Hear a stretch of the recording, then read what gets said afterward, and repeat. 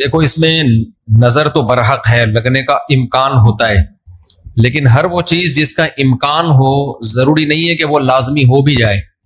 امکانات کی دنیا تو بہت بڑی ہے نا، اس میں افراط اور تفریط ہے۔ کچھ لوگ تو ایسے ہیں جو نظر کے وجود ہی کو نہیں مانتے، وہ کہتے ہیں نظر سرے سے لگتی ہی نہیں ہے، اور کچھ لوگ کہتے ہیں ایسے ہیں کہ اس میں بہت مبالغہ کرتے ہیں، ان کو ہر وقت لگ رہی ہوتی ہے ان کے رائے کے مطابق کہ اس کو لگ گئی، اس کو لگ گئی، اس کو لگ گئی، یہی چلتا رہتا ہے پروگرام۔ تو نہ اس میں وہمی بننے کی ضرورت ہے اور نہ نظر کا انکار کرنا جائز ہے ہمارے لیے۔ جو لوگ نظر کا انکار کرتے ہیں نا، وہ ہیں سیکولر لوگ، لبرل لوگ، جو شریعت کو نہیں مانتے۔ وہ کہتے ہیں اس کی کیا دلیل ہے؟ بھائی ہمارے پاس دلائل، مشاہدہ بھی دلیل ہوتی ہے، لیکن وحی خود دلیل ہے ہماری نظر میں۔ وحی جب نبی صلی اللہ علیہ وسلم نے بتا دیا کہ العین حق، نظر برحق ہے، تو ہمارے لیے یہ بھی ایک دلیل ہے۔ اب کوئی رسول کو مانتا ہی نہ ہو، اللہ کو مانتا ہی نہ ہو، تو وہ نہ مانے، وہ اس کا ہیڈیک ہے۔ ہم کوئی سائنسدانوں کو مجبور تھوڑی کر رہے ہیں کہ آپ نظر کو مانو۔ سائنسدان جنت مانتے ہیں کہ جنت ہے؟ جواب دینا۔ سائنسدان مانتے ہیں موت کے بعد دوبارہ زندگی ہے؟ یہ سائنس کا ٹاپک ہی نہیں ہے بھائی، سائنس یہاں تک پہنچی نہیں ہے۔ تو نظر تو برحق ہے، کوئی بھی اچھی چیز ہو، کوئی بھی بہت ہو، تو اس میں چانس ہوتا ہے کہ نظر لگ جائے۔ نبی صلی اللہ علیہ وسلم نے فرمایا اگر کوئی چیز تقدیر پر غالب آ سکتی تو وہ نظر ہوتی، اور نظر اونٹ کو ہانڈی تک پہنچا دیتی ہے۔ اچھا والا اونٹ ہوتا ہے، نظر لگی گیا۔ آپ نے دیکھا ہوگا بڑے بڑے اونچے کٹھے بیل لوگ لے کر آتے ہیں بقرعید کے دنوں میں، بعض دفعہ نظر لگتی ہے دھڑام سے گر جاتے ہیں، بعض دفعہ ویسے ہی گر جاتے ہیں غربت مہنگائی سے متاثر ہو کے، لیکن بعض دفعہ نظر بھی لگتی ہے۔ تو ہمارے پاس جو نظر کے برحق ہونے کی دلیل ہے وہ رسول اللہ صلی اللہ علیہ وسلم کا قول۔ اسی وجہ سے یعقوب علیہ السلام نے جب اپنے بیٹوں کو مصر بھیجا تو خوب لمبے خوبصورت بیٹے تھے، تعداد میں بھی زیادہ تھے، تو ان سے کیا فرمایا؟ لا تدخلوا من باب واحد وادخلوا من ابواب متفرقہ، اے میرے بیٹو ایک دروازے سے داخل نہ ہونا، متفرق دروازوں سے داخل ہونا، کیونکہ ایک ہی گیٹ سے جب جائیں گے نا، ایک باپ کے 11 بیٹے اتنے خوبصورت اور لمبے لمبے اور خوبصورت جوان، تو لوگ بولیں گے یار کیسا خوش قسمت باپ ہے جس کے 11 بیٹے ہیں۔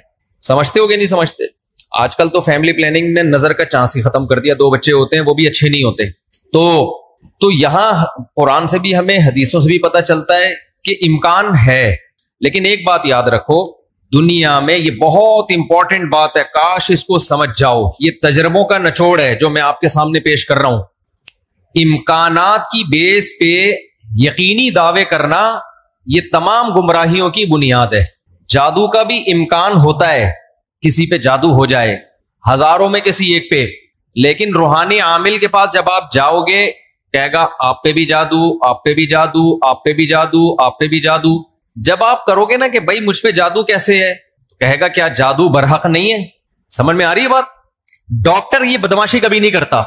آپ ڈاکٹر کے پاس جاؤ، آپ کے گردے میں پین ہو رہا ہے، وہ چیک کرے گا کہ گیس کا پین ہے یا پتھری کا پین ہے، کیونکہ ڈاکٹر اس کا علم ہے باقاعدہ۔ وہ کبھی یہ نہیں کہے گا کہ پتھری ہے بس تکا مار دیا، بھائی ڈاکٹر صاحب پتھری کا پین کیوں ہے؟ تو وہ جواب میں کیا گردوں میں پتھری ہوتی نہیں ہے کیا؟ آپ بولو گے ہوتی تو ہے، میرے ہے یا نہیں ہے، مجھے تو یہ تو بتاؤ۔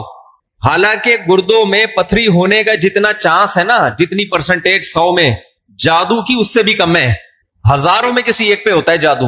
لیکن عاملوں کے پاس جب آپ جاؤ، یہاں الحمدللہ کچھ عامل ہیں جو میرے خلاف ایک فل پروپیگنڈا شروع کیا ہوا، اتنی خوشی ہوتی ہے مجھے، میں آپ کو بتا نہیں سکتا، جب عامل میرے خلاف بولتے ہیں اتنی خوشی ہوتی ہے، اور میں کہتا ہوں کمبختو تمہارے پاس جادو، چڑیل، جن، بھوت، تم میرے خلاف بولتے کیوں؟ نقصان پہنچا دو یار۔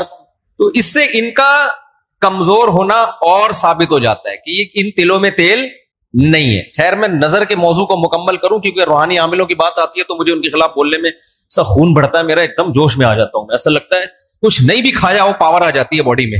ان کے خلاف بولنے میں مزہ بہت آتا ہے، صرف مسجد کا تقدس ہے، باہر آؤ تو اس طرح نہیں بولوں گا، انگلش میں بھی گالیاں دوں گا، پنجابی میں بھی، اردو میں بھی۔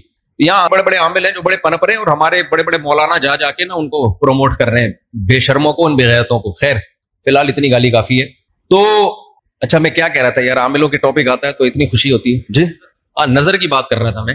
تو نظر میں جو ہے نا لگنے کا چانس ہوتا ہے، یہ ہے، لیکن چانس سے فائدہ اٹھا کے ہر ایک کو یہ کہنا کہ تم پہ جادو ہے، تم پہ نظر ہے، تم پہ یہ ہے، ڈاکٹر یہ کام نہیں کرتا. شوگر کا چانس ہوتا ہے آپ کو کہ شوگر ہے، لیکن یہ تو نہیں کہ ڈاکٹر جب تک کمپلیٹلی تحقیق نہ کر لے ڈاکٹر نہیں کہے گا تمہیں شوگر ہے، تمہارے گردوں میں پتھری ہے، تمہارے پیٹ میں یہ مسئلہ ہے. حالانکہ امکانات تو ہوتے ہیں، لیکن آپ یہ جو ڈرامے باز لوگ ہیں نا روحانی عامل، ان کے پاس جاؤ گے نظر ہی لگی ہوئی ہے آپ کو. لازمی کیا لگی ہے؟ کیونکہ جب کسی کے پاس کوئی فن نہیں ہوتا، علم نہیں ہوتا، تو وہ سب کچھ جانتا ہے. پھر سمجھ رہے، ڈاکٹر کے پاس علم ہوتا ہے کڈنی کا، لہذا تحقیق کرے گا، 100 میں 2 کو کہہ دے گا تیرے گردے خراب ہیں. عاملوں کے پاس چونکہ جن چڑیل بھوت کا علم ہوتا ہی نہیں ہے، لہذا ہر ایک پر جن بھی ہے، چڑیل بھی ہے، اور بھوت بھی ہے، اور نظر بھی ہے، اور موکل بھی ہیں، اور ہمزاد بھی ہیں، اور پتہ نہیں کیا کیا ہے ڈرامے بازی. سمجھتے ہو؟ جب ان کو بولو کہ کیا دلیل ہے، تو بھائی امکانات کی دنیا میں امکان کہ فلانے پہ لگ گئی تھی، فلاں پہ لگ گئی تھی، تو خوب سمجھ لو امکانات کی بیس پہ یہ کہنا کہ ابھی دیکھو ایک مولانا صاحب کا کلپ آیا، انہوں نے کہا کہ نبی صلی اللہ علیہ وسلم نے فرمایا کہ ہر بیماری کی دوا اللہ نے رکھی ہے دنیا میں، یہ صحیح حدیث ہے. پھر انہوں نے ایک دوا بتائی کہ یہ شوگر کی بہترین دوا ہے. بھائی آپ ڈاکٹر ہو، آپ سائنٹسٹ ہو، کہہ رہے میں نے یہ کہیں سے نکالی ہے. ڈاکٹر کہہ رہے ہیں شوگر ایک اسٹیج پہ پہنچنے کے بعد لا علاج ہے، یہی کہتے ہیں نا ڈاکٹر. بھائی شوگر ایک اسٹیج پہ پہنچ جائے تو وہ کیا ہو جاتی ہے، اب ٹھیک نہیں ہو سکتی، کنٹرول کرنی پڑے گی، لبلبا ٹھیک نہیں ہوگا آپ کا. لیکن انہوں نے کہا کہ دیکھو ہر بیماری کی اللہ نے شفا پیدا کی ہے، تو یہ میڈیسن، یہ کوئی دیسی نسخہ ہے، یہ شوگر ٹھیک کر دے گا. اب دلیل کیا دے رہے ہیں؟ ہر بیماری کی اللہ نے دوا پیدا کی، یقیناً کی ہے، لیکن کیا وہ آپ کو معلوم ہے؟ کیا وہ دوا یہ ہے جو آپ پیش کر رہے ہیں؟ اس کی کیا دلیل ہے؟ بھائی بہت ساری دوائیں لوگوں کو معلوم نہیں ہے. تو اب یہ سمجھیں کہ 2 انتہائی میں جلدی سے کمپلیٹ کروں اس موضوع کو، کہ نظر لگنے کا چانس ہوتا ہے، لیکن یہ نہیں ہے کہ جو بھی کوئی اچھی چیز ہوگی کچھ بھی ہو جائے اس کو نظر ہی لگی ہے. تو یہ وہم کی دنیا سے باہر نکلنا چاہیے. جو سیکولر لبرل لوگ ہیں جو نظر کا بالکل انکار کرتے ہیں، وہ کہتے ہیں فلاں فلاں پہ کیوں نظر نہیں لگی، وہ اتنے ہینڈسم اتنے خوبصورت لوگ ہیں، فلاں کی آواز اتنی اچھی، ان پہ نظر کیوں نہیں لگی. تو اب اصول سمجھیں، نظر لگنے کے لیے علماء نے قاعدہ ضابطہ بیان کیا ہے، جو چیزیں مشہور ہوتی ہیں نا ان کو اکثر نظر نہیں لگتی. نظر ہمیشہ اچھمبے کی چیز کو اچانک، جیسے میں لوگوں سے کہتا ہوں بھائی آپ انتہائی غریب تھے، سائیکل بھی نہیں تھی آپ کے پاس، اچانک آپ کے پاس بہت زیادہ پیسہ آ گیا، اور علاقہ بھی وہی ہے، رہتے اسی غریبوں کے محلے میں ہو، گندے نالے پہ رہتے ہو، سائیکل پہ تھے، اچانک لینڈ کروزر آ گئی آپ کے پاس. یہ جو اچانک والا کام ہوا ہے نا، اس میں نظر لگنے کا چانس ہوتا ہے. سمجھ میں آ رہی ہے بات؟ اب دیکھو یعقوب علیہ السلام کے بیٹے مصر میں ان کے ساتھ ہی رہتے تھے، سوری مصر میں نہیں، شام میں ساتھ رہتے تھے. وہاں یعقوب علیہ السلام نے نظر سے بچنے کا یہ والا اہتمام ہمارے علم میں نہیں ہے کہ بچوں کو کہو دروازے سے الگ الگ جایا کرو، ایک ہی دروازے سے. لیکن جب مصر جا رہے ہیں نا، اجنبی جگہ ہے، وہ لوگ یعقوب علیہ السلام کے بیٹوں سے مانوس نہیں ہیں. وہاں یعقوب علیہ السلام نے کہا ایک نئی جگہ پہ جا رہے ہو، اچانک اتنے بیٹے جب لوگ دیکھیں گے نا خوبصورت، وہاں چانس ہے. تو اس سے پتہ چلتا ہے کہ اپنی نعمت کو آہستہ آہستہ ایکسپوز کرنا چاہیے. سمجھتے ہو کہ نہیں سمجھتے؟ آہستہ آہستہ کیا کرنا چاہیے؟ پہلے پہلی ہو پھر دوسری، استغفر اللہ، یعنی آہستہ آہستہ. ایک کمارا آدمی جس کو کوئی رشتہ نہیں دے رہا، اچانک 4 بیویاں لے کے گھوم رہا ہے، تو چانس ہوتا ہے اس کے نظر لگنے کا. اس لیے ایک دم سے نہیں، تھوڑا تھوڑا آہستہ آہستہ. پہلے ایک پہلی ہوگی، دوسری میں کچھ پٹو گے، تھوڑی بےزتی ہوگی، تھوڑی عزت ہوگی، کچھ لڈو کچھ گالیاں مل جل کے، پھر تیسری. تو اس طرح کر کے چلانا، ٹھیک ہے؟ تو اچانک کوئی نعمت آتی ہے تو اس پہ نظر لگنے کا چانس ہوتا ہے. دوسری بات یہ ہے کہ نظر سے بچنے کے لیے جو نبی صلی اللہ علیہ وسلم نے دعائیں بتائی ہیں، ان دعاؤں کا اہتمام کرنا چاہیے. اعوذ بکلمات اللہ التامہ من کل شیطان وہامہ ومن کل عین لامہ، یہ دعا پڑھنی چاہیے. اور اپنی نعمت کا اظہار ان لوگوں کے سامنے کرنا چاہیے جو آپ سے محبت کرتے ہیں، وہ خوش ہوں گے. بعض دفعہ انسان دوسرے سے محبت کے دعوے کرتا ہے لیکن جیلس ہو جاتا ہے. وہ جب آپ اس کو بتاتے ہیں نا میرے پاس اتنا پیسہ، میری ارننگ اتنی ہو گئی، تو وہ اندر اندر سے جل رہا ہوتا ہے. تو حاسد کی نظر لگنے کا چانس زیادہ ہوتا ہے. سمجھتے ہو؟ تو اپنی نعمت ہر ایک کے سامنے نہیں بیان کرنی چاہیے. بعض دفعہ اپنی نظر بھی لگتی ہے انسان کو، تو خود پسندی میں، عجب میں مبتلا نہیں ہونا چاہیے. جب بھی کوئی نعمت ہو، آدمی کیا کہے؟ اللہ کی دین ہے بھائی، میرا کمال نہیں ہے. کس کی دین ہے یہ؟ اللہ کی دین ہے. تو ان چیزوں کے اہتمام سے نظر کا چانس کم ہو جاتا ہے. باقی عاملوں کے پاس نہ نظر کا کوئی علاج ہے سوائے مسمرزم کے. دماغ کو کنٹرول کر کے کچھ الٹی سیدھی چیزیں آپ کی کھوپڑی میں ڈال دیتے ہیں, تو اس سے آپ سمجھتے ہو کہ میں ٹھیک ہو رہا ہوں. ٹھیک نہیں ہوتے, آپ مینٹلی تھوڑا سا کیا ہو جاتے ہو, مطمئن ہو جاتے ہو. اور ان کا اپنا دماغ بھی خراب ہوتا ہے, آپ کا بھی دماغ خراب کرتے ہیں, سمجھتے ہو. اچھا, میں جب عاملوں کے خلاف بولتا ہوں, لوگ کہتے ہیں یہ 2 نمبر عاملوں کے خلاف ہے. بالکل غلط بات, میں 1 نمبر عاملوں کے خلاف, یہ ذہن میں رکھو. 2 نمبر کو تو میں لفٹ ہی نہیں کراتا. میں ان عاملوں کے خلاف ہوں جن کو علماء بزرگان دین سمجھتے ہیں کہ بہت بڑی پہنچی ہوئی چیز ہے یہ. میں ان کو 2 نمبر سمجھتا ہوں. یہ کخ بھی نہیں کر سکتے, سمجھتے ہو, یہ کچھ بھی نہیں کر سکتے, چاہے امریکہ میں ہو, چاہے جاپان میں ہو, چاہے پاکستان میں ہو, چاہے کراچی میں ہو, چاہے پنجاب میں ہو, سب ایک جیسے ہیں. اس لیے اپنے آپ کو بچاؤ ان فضول لوگوں سے. اچھا بھائی, حضرت محمد صلی اللہ علیہ وسلم پر جادو کے اثرات سے متعلق اہل سنت کا کیا عقیدہ ہے؟ نبی پر جادو ہوا تھا, بخاری مسلم سے ثابت ہے, لیکن ہوا کیوں تھا؟ آپ کہیں گے نا, ایک طرف تو آپ کہہ رہے ہیں جادو اتنی آسان نہیں ہے, ہزاروں میں کسی ایک پہ, تو پیغمبر پہ ہو گیا. دیکھو, کچھ چیزیں نبی صلی اللہ علیہ وسلم کے ساتھ ایسی ہوئی ہیں جن میں کوئی حکمت تھی. یہودی آپ کو جادوگر کہتے تھے, جادوگر جادوگر. اللہ نے تھوڑا سا اثر ہونے دیا تاکہ یہودیوں کو الزام لگانے کا موقع نہ ملے. جادوگروں پہ جادو کا اثر نہیں ہوتا, تو تھوڑا سا اثر اللہ نے ہونے دے دیا. اتنا اثر کہ آپ کبھی کبھار بھولنے لگے کچھ چیزیں, کچھ کام کیا ہوتا آپ کو یاد نہ ہوتا. اس سے زیادہ اثر نہیں ہوا آپ کے اوپر. اور یہ اثر اس لیے اللہ نے ڈالا تاکہ لوگوں کو یقین آ جائے آپ بشریت میں کامل ہیں اور آپ جادوگر نہیں ہیں. اصل مقصد یہ الزام کی نفی تھی. اگر یہ اتنا آسان ہوتا تو ابو بکر پہ کیوں نہیں ہو گیا میرے بھائی, حضرت عمر پہ کیوں نہیں ہو گیا, حضرت عثمان پہ کیوں نہیں ہو گیا, سیدنا علی پہ کیوں نہیں ہو گیا؟ یہ تو ایک تماشا بنا لیتے لوگ. فرعون کے موسیٰ علیہ السلام کے مقابلے میں جادوگر آئے ہیں. آپ لوگ کو آواز صحیح آ رہی ہے؟ گونج تو نہیں رہی ہے آواز؟ مجھے تو گونج رہی ہے آواز.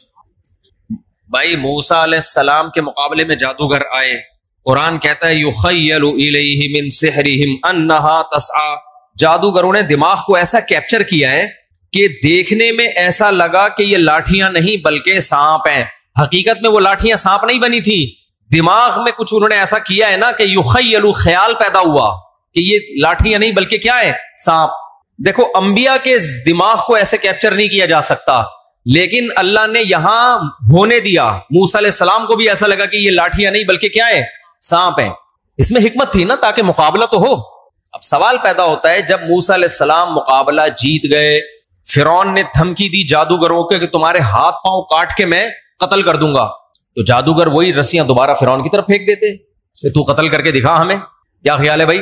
یا فرعون پہ جادو کر دیتے. ہوا جادو فرعون پہ؟ بولتے کیوں نہیں, مجھے تو لگ رہا ہے آپ لوگ پہ ہو گیا. نہیں ہوا نا فرعون پہ جادو. بھائی, جادوگر ہزاروں جادوگر تھے, سینکڑوں تو تھے ہی. انہوں نے سوچا کہ یار تو ہمیں دھمکی دے رہا ہے, انتر منتر کلی کل انتر ہو جا منتر چھو, یوں کرتے فرعون ٹیڑھا ہو جاتا. فرعون کی ساس کو کچھ چیزیں سکھا دیتے. کیا خیال ہے؟ جٹھانی فرعون کی زوجہ جو تھی حضرت آسیہ رضی اللہ عنہا, ان کو کہہ دیتے کہ تم اپنی ساس سے کچھ کروا دو یا جٹھانی سے, وغیرہ وغیرہ جو بھی ہے. تو ایسا نہیں ہوتا بھائی. فرعون نے دھمکی دی اور ہاتھ پاؤں کاٹ کے ان سب کو شہید کر دیا.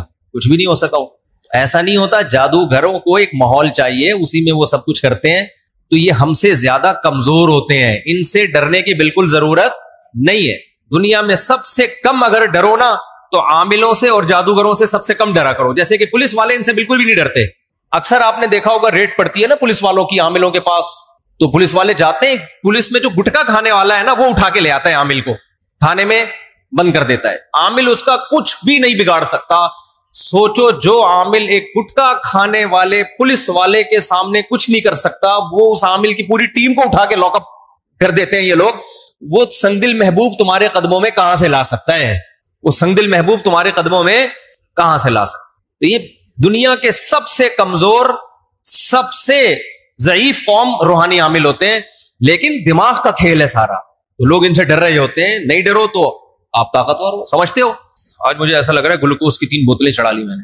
اور عاملوں کے خلاف بولتا ہوں اتنی, کیونکہ عامل میرے خلاف بہت سرگرم ہو گئے ہیں آج کل. ابھی علماء کا ایک وفد گیا کسی عامل کے پاس, وہ وفد پہلے میرے پاس آیا, گپ شپ ہوئی, بیٹھے, میں نے ان کو رات کو کھانے کی دعوت دی. انہوں نے کسی سے ملنے جا رہے تھے, مجھے نہیں پتا کسی عامل کے پاس گئے. اس عامل نے میرے خلاف اتنا بولا کہ انہوں نے میری دعوت ہی کینسل کر دی کہ یار یہ مفتی صاحب تو 2 نمبر ہے معاذ اللہ. انہوں نے اپنی طرف سے اس عامل کی باتوں میں آ کے, تو جب انہوں نے کسی نے مجھے بتایا, میں نے کہا اچھا ہے اللہ نے تمہاری قسمت میں یہ عامل رکھے ہوئے ہیں تم جیسے فضول لوگوں سے اللہ نے مجھے نجات دے دی تاکہ میرا کھانا تمیز والے عقل مند لوگ کھائیں. جو عاملوں سے متاثر ہو تو اس بیچارے کا مینٹل لیول کیا ہوگا آپ سوچو. میں نے کہا ہمیں ایسے مولویوں کی بالکل بھی ضرورت نہیں ہے جن کا مینٹل لیول یہ ہے کہ چڑیل بھوت بھگانے والوں سے متاثر ہو کے آتے ہیں. یہ تو مینٹل لیول ہے آپ کا. دلائل سے کے بجائے ان لوگوں سے متاثر ہوتے ہیں.